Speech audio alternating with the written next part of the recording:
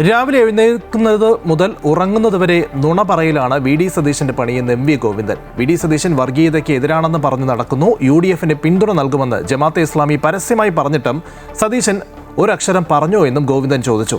KM Shaji എവിടെ മത്സരിച്ചാലും വർഗീയത മാത്രമേ പറയൂ. ഷാജി വർഗീയവാദത്തിന്റെ മുഖമുദ്രയെന്നും എം വി ഗോവിന്ദൻ പറഞ്ഞു. കേരളത്തിലെ മുഴുവൻ ജനങ്ങൾക്കും അറിയാം, RSSനെയും സംഘപരിവാർ വിഭാഗത്തെയും BJPയെയും ശക്തിയായിട്ട് രാഷ്ട്രീയമായും ആശയപരമായും എല്ലാം എതിർത്ത് പ്രതിരോധിച്ച് നിലപാട് സ്വീകരിച്ച പാർട്ടി CPIM ആണ്, ഇടതുപക്ഷ ജനാധിപത്യ മുന്നണിയാണ്.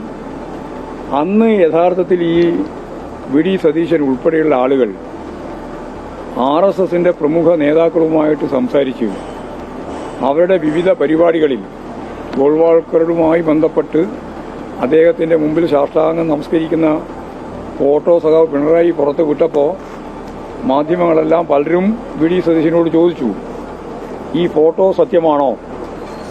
സത്യമല്ല എന്ന് ഇതുവരെ പറഞ്ഞിട്ടില്ല. എന്നാൽ ഇതിൻ്റെ ഡീൽ എന്താണ്? അതിന് മറുപടിയും പറഞ്ഞിട്ടില്ല.